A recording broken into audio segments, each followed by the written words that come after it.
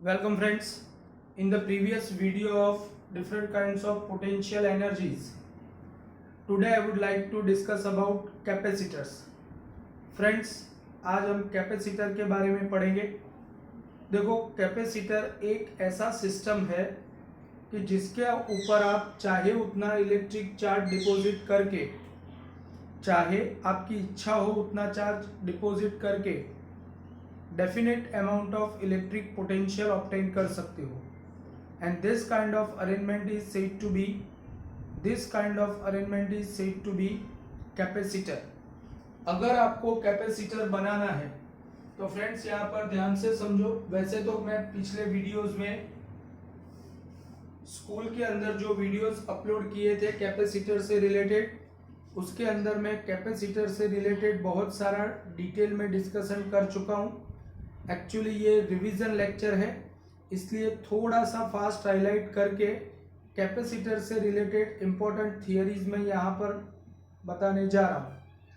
सबसे पहले कैपेसिटर क्या होता है, तो देखो बेटा, कैपेसिटर्स बनाने के लिए हमको फंडामेंटली सबसे पहले तो दो स्फीयर्स चाहिए। इट इज नॉट नेसेसरी कि स्फीयर ही होने चाहिए, आप कोई भी शेप के दो कंडक्टर्स ले सकते हो। कंसीडर करो कि यहाँ पर मैंने दो स्फेरिकल कंडक्टर्स लिए हैं। ये दो स्फेरिकल कंडक्टर्स को यहाँ पर मैंने नॉन कंडक्टिंग बेस के ऊपर फिक्स कर दिया है। दोनों स्फेरिकल कंडक्टर्स को, फिर से एक बार, दोनों स्फेरिकल कंडक्टर्स को, दो स्फेरिकल कंडक्टर्स को मैंने किसी नॉन कंडक्टिंग बेस के ऊपर फिक्स कर दिया है। ये दोनों अभी तो मैंने आइडेंटिकल लिए हैं, but it is not necessary कि दे शुड बी आइडेंटिकल। दोनों कंडक्टर होना जरूरी है। ये नॉन कंडक्टिंग बेस है, ये नॉन कंडक्टिंग बेस है दोनों का। अब बेटा यहाँ पर सब लोग मेरी बात ध्यान से समझने के लिए ट्राई करना। कंसीडर करो कि यहाँ पर एक कंडक्टर के ऊपर मैं पॉजिटिव चार्जेस को डिपॉजिट करता हूं। इसके ऊपर जैसे जैसे मैं पॉजिटिव चार्जेस को डिपॉजिट करता जाऊंगा, एक के ऊपर कंसीडर करो कि एक स्फीयर के ऊपर मैंने Q कूलम ऑफ चार्जेस को डिपॉजिट किया है। एक स्फीयर के ऊपर जब मैं Q कूलम चार्जेस को डिपॉजिट करूंगा तो दूसरे मेटेलिक स्फीयर के अंदर चार्जेस का इंडक्शन होगा और नेगेटिव चार्ज यहां पर आएगा और पॉजिटिव चार्ज यहां पर ओपन हो जाएगा।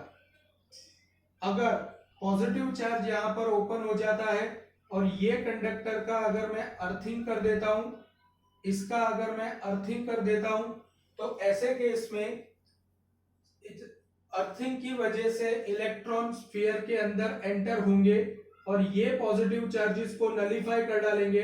तो अल्टीमेटली ये स्फीयर के ऊपर नेगेटिव चार्ज डिपॉजिट होगा। कहने का मतलब मेरा इतना ही है कि ऐसे टाइप का ये जो सिस्टम है जिसमें मैंने दो कंडक्टर्स को किसी नॉन कंडक्टिंग मीडियम से सेपरेट किया हुआ है, तो this kind of arrangement is said to be capacitors. Again I would like to repeat, if two conductors having arbitrary shape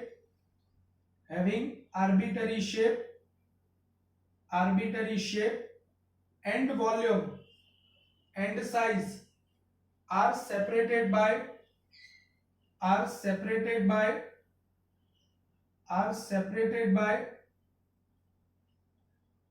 any non conducting medium, मतलब डाइलेक्ट्रिक मीडियम। किसी भी non conducting material को बोला जाता है dielectric material. Any dielectric medium, then such an arrangement is said to be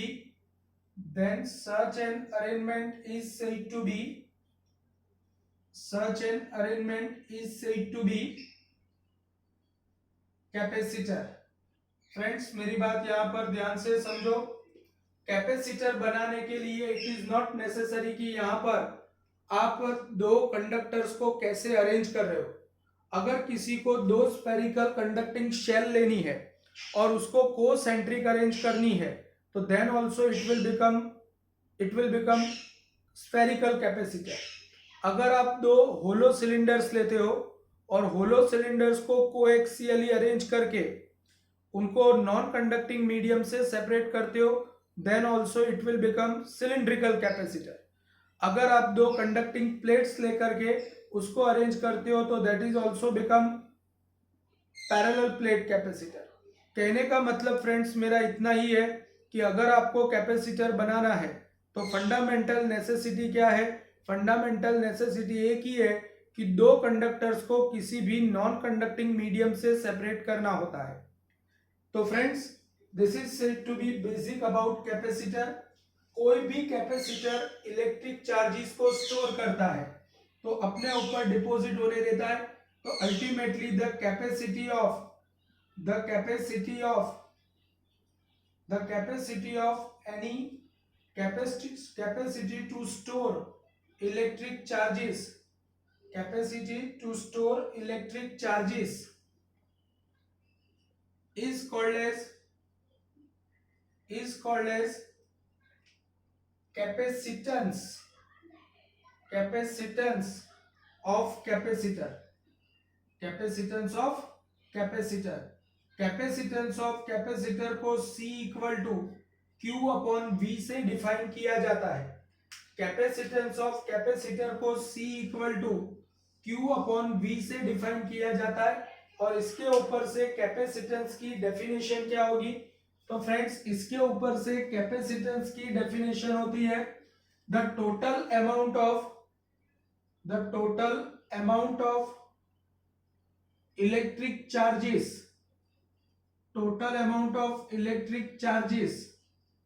should be required to deposit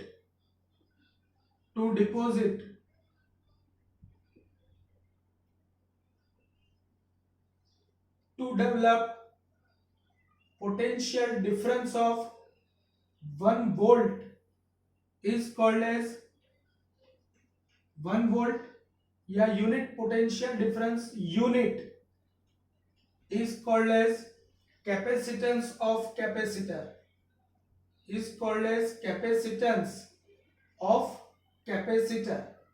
friends यहां पर मेरी बात ध्यान से समझो। कैपेसिटेंस के लिए इलेक्ट्रिक चार्ज का यूनिट होता है कूलम और पोटेंशियल डिफरेंस का यूनिट होता है वोल्ट। तो इसका मतलब यह हुआ कि इसका यूनिट होगा coulomb per volt is also denoted as Faraday. याद रखो coulomb and volt is also equal to joule per coulomb. तो जूल पर कूलम का मतलब Q स्क्वायर एंड जूल मतलब M1 L2 T-2। तो अल्टीमेटली इसका डायमेंशनल फॉर्मूला बनेगा M-1 L-2 T+2 Q2। तो it will become M-1 L-2 T4A2। ऐसा भी आप मेंशन कर सकते हो। तो this is capacitance of capacitor. याद रखो कैपेसिटर के केस में टोटल इलेक्ट्रिक चार्ज तो जीरो होता है, बट हम कैपेसिटर के पॉजिटिवली चार्ज प्लेट के ऊपर जो चार्ज डिपॉजिट किया गया है उसी को कैपेसिटर का टोटल इलेक्ट्रिक चार्ज बोला जाता है। We can say that positively charge plate के ऊपर जो चार्ज होता है उसी को चार्ज ऑफ कैपेसिटर बोला जाता है। उसी को क्या बोला जाता है? Charge of capacitor. Apart from that यहां पर दोनों कंडक्टर्स कोई भी शेप के हो, यहां पर ये कंडक्टर्स को प्लेट्स ऑफ कैपेसिटर बोला जाता है। ये कंडक्टर को प्लेट्स ऑफ कैपेसिटर बोला जाता है। तो this is the basic of capacitor. यहां पर हम सबसे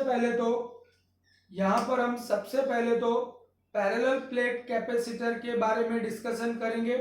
सबसे पहले तो पैरेलल प्लेट कैपेसिटर का कैपेसिटेंस डिस्कस करेंगे। उसके बाद पैरेलल प्लेट कैपेसिटर के अंदर स्टोर्ड होने वाली इलेक्ट्रिकल एनर्जी को डिस्कशन करेंगे और फाइनली एनर्जी डेंसिटी का इक्वेशन ऑब्टेन करेंगे। तो first of all I would like to discuss about parallel plate capacitor. Parallel plate capacitor बनाना है तो पैरेलल प्लेट कैपेसिटर बनाने के लिए सबसे पहले तो आपको दो मेटालिक प्लेट्स लेनी पड़ेगी, दो कंडक्टिंग प्लेट्स लेनी पड़ेगी। कंसीडर करो कि ये एक कंडक्टिंग प्लेट है, ये दूसरी कंडक्टिंग प्लेट है। ये दो प्लेट्स के बीच का डिस्टेंस, यहां पर दोनों आइडेंटिकल प्लेट्स है। आइडेंटिकल प्लेट से इसका मतलब ये हुआ कि दोनों का एरिया भी सेम है, मटेरियल भी सेम है, सब कुछ सेम है। ये प्लेट्स का एरिया ए जितना है, ये प्लेट्स का एरिया ए जितना है, और ए जितने एरिया वाली ये प्लेट के ऊपर मैंने पॉजिटिव चार्जेस को डिपॉजिट किया है। जब हम एक प्लेट के ऊपर पॉजिटिव चार्जेस को डिपॉजिट करते हैं, कंसीडर करो कि ये प्लेट के ऊपर क्यू कूलम ऑफ चार्जेस को डिपॉजिट किया गया है, तो यहां पर दूसरी प्लेट के ऊपर इंडक्शन की वजह से, चार्जेस के इंडक्शन की वजह से उतने ही अमाउंट में नेगेटिव चार्ज आएगा due to earthing. Due to earthing दूसरी प्लेट के ऊपर उतने ही अमाउंट में नेगेटिव इलेक्ट्रिक चार्ज आएगा। अगर दूसरी प्लेट पर उतना ही नेगेटिव चार्ज आएगा तो यहां पर दो प्लेट्स के बीच में यूनिफॉर्म इलेक्ट्रिक फील्ड डेवलप होगा। तो uniform electric field develop between two plates, that is E equal to sigma upon epsilon naught. हम फर्स्ट चैप्टर की लास्ट थियरी में, इनफाइनाइट चार्ज प्लेन वाली थियरी में ये डिस्कशन ऑलरेडी कर चुके हैं। तो electric field develop between two plates of capacitor, that is E equal to sigma upon epsilon naught, where sigma is said to be surface charge density and surface charge density is equal to Q upon A, total charge deposited upon surface area. तो E equal to sigma upon epsilon naught, sigma equal to Q upon A into epsilon naught, जिसको मैं अभी equation number 1 बोल के छोड़ देता हूं। Friends, अब ये इलेक्ट्रिक फील्ड होने की वजह से दो प्लेट्स के बीच में पोटेंशियल डिफरेंस कितना होगा? तो potential difference between two plates, तो potential difference between two plates is equal to, that is equal to V and V equal to ED। अगर दो प्लेट्स के बीच का डिस्टेंस D जितना है तो potential difference V equal to ED। तो V equal to ED का मतलब E equal to Q upon epsilon not A into D। Friends, ये तो पोटेंशियल डिफरेंस का फॉर्मूला आया, और हमको पता है कि capacitance of any capacitor C equal to Q by V। C equal to Q by V का मतलब ये हुआ कि Q equal to Q, and V का फॉर्मूला है QD upon epsilon not A। QD upon epsilon not A, Q cancel, तो C equal to epsilon naught capital A by D। तो ultimately ये capacitance of parallel plate capacitor का formula आया। याद रखो कि अगर पैरेलल प्लेट कैपेसिटर के बीच में अगर मैंने वैक्यूम रखा है तो यहां पर परमिटिविटी ऑफ वैक्यूम आती है, लेकिन अगर मैंने पैरेलल प्लेट कैपेसिटर के दो प्लेट्स के बीच में अगर कोई ऐसा मटेरियल भर दिया है कि जिसका डाइलेक्ट्रिक कांस्टेंट K है, तो ऐसे केस में इफ यहां पर वैक्यूम के केस में ये फॉर्मूला आता है, वैक्यूम के केस में यहां पर कैपेसिटेंस आता है C0 equal to epsilon not A upon D। But if we pour the space with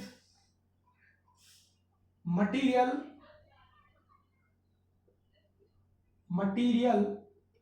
of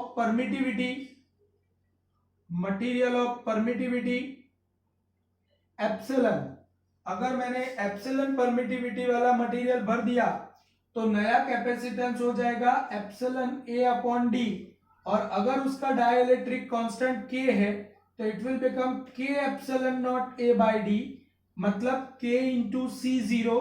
तो कहने का मतलब अगर K डाइलेक्ट्रिक मटेरियल भर देते हैं तो कैपेसिटेंस उसका K टाइम्स हो जाता है।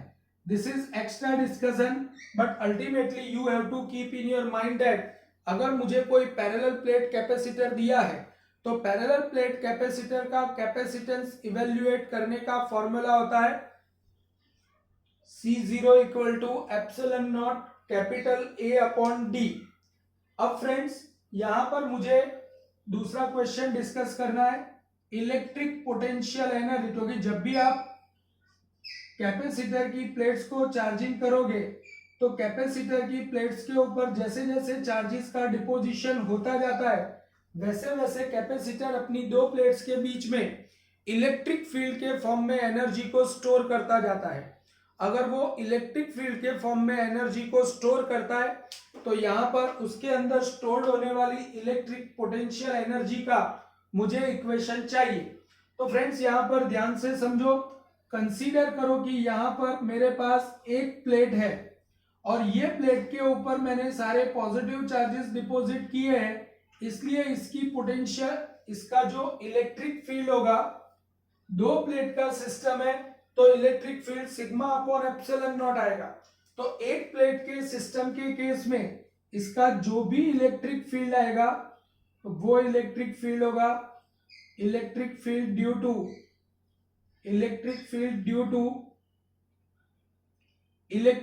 Due to surface charge density sigma that is equal to E equal to sigma upon epsilon 2 epsilon naught, क्योंकि एक ही प्लेट है और एक प्लेट के इलेक्ट्रिक फील्ड का इक्वेशन होता है E equal to sigma upon 2 epsilon naught. Ultimately potential कितना होगा एट डी डिस्टेंस, तो इलेक्ट्रोस्टैटिक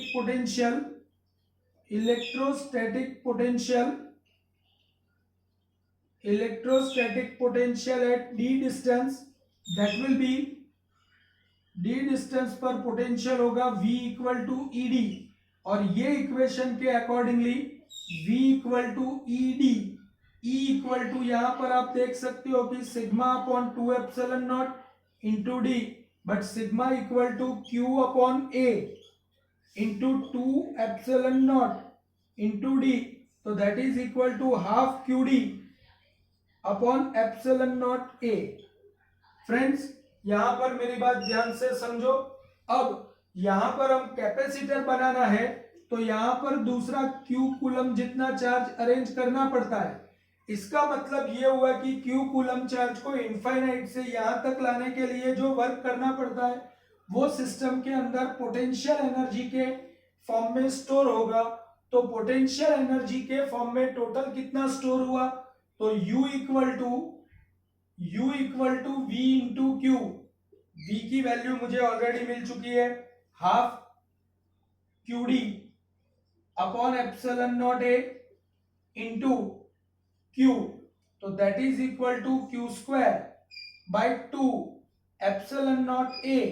फ्रेंड्स ये न्यूमरेटर के D को मैं डिनोमिनेटर के भी डिनोमिनेटर में लिखता हूं, तो it will become Q square bye 2C, because epsilon naught capital A by D is equal to C, capacitance of the capacitor, तो Q square by 2C, this is said to be equation of potential energy stored in capacitor, which is equation number A।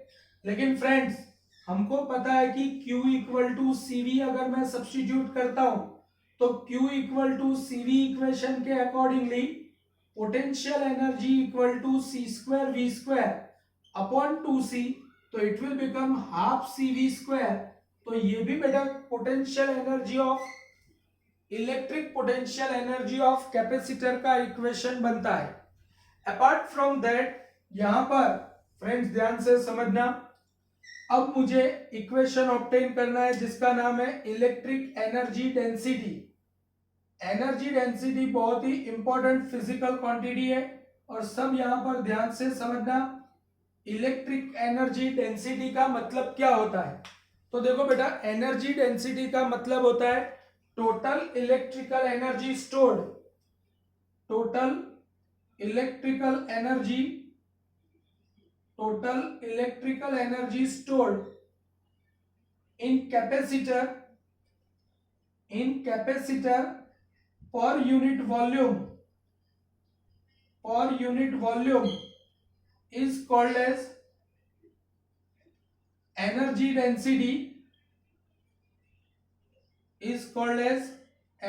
density of capacitor। Friends, energy density का मतलब ये होता है total electrical energy stored in capacitor per unit volume. तो देखो, energy density को, electrical energy density को रो ई से अगर मैं डिफाइन करता हूं, तो rho E is equal to total energy stored मतलब यू, और वॉल्यूम मतलब area of plate multiplied by distance between two plates. तो अल्टीमेटली U इक्वल टू हमारे पास फॉर्मूला है half C V square upon area into D. चलो, rho E equal to half C मतलब capacitance epsilon not A by D into V square upon A into D. A cut हो गया, तो energy density is equal to half epsilon naught V square by D square, and this formula is said to be equation of electrical energy density v square by d square। Friends, अभी मैंने आपको समझाया कि v equal to E D होता है, तो E equal to V by D. v by D का मतलब ये हुआ कि it is electric energy, electric field E, तो half epsilon naught E square, this is said to be energy density stored in capacitor. Friends, खास याद रखो कि electrical energy density is always directly proportional to E square, and this particular fundamental equation represent that electric energy density means capacitor always store electrical energy in terms of electric field. वो electric field के form में अपने अंदर electrical energy को store करता है। इसके साथ साथ कैपेसिटर्स के सीरीज और पैरेलल कनेक्शन के वीडियो आप जो प्रीवियसली मैंने अपलोड किए हुए हैं वो आप देख सकते हो। और सीरीज और पैरेलल कनेक्शन वैसे कोई बहुत बड़ा इश्यू नहीं है, आप खुद भी पढ़ के प्रिपेयर कर सकते हो। वैसे तो मैंने प्रीवियसली वीडियो अपलोड किया हुआ है, बट अगर नहीं मिल रहा है तो मैं इसको ढूंढ के रिसेंड करने के लिए ट्राई करूंगा। बट यहाँ पर कैपेसिटर से रिलेटेड बेसिक पार्ट खत्म होता है। ये चैप्टर में हमको दो ही बातें पढ़नी है। कैपेसिटर की दो प्लेट्स के बीच में डाई इलेक्ट्रिक मटेरियल का फंक्शन, कि डाई इलेक्ट्रिक मटेरियल कैपेसिटर की दो प्लेट्स के बीच में कैसे वर्क करता है। Thank you very much.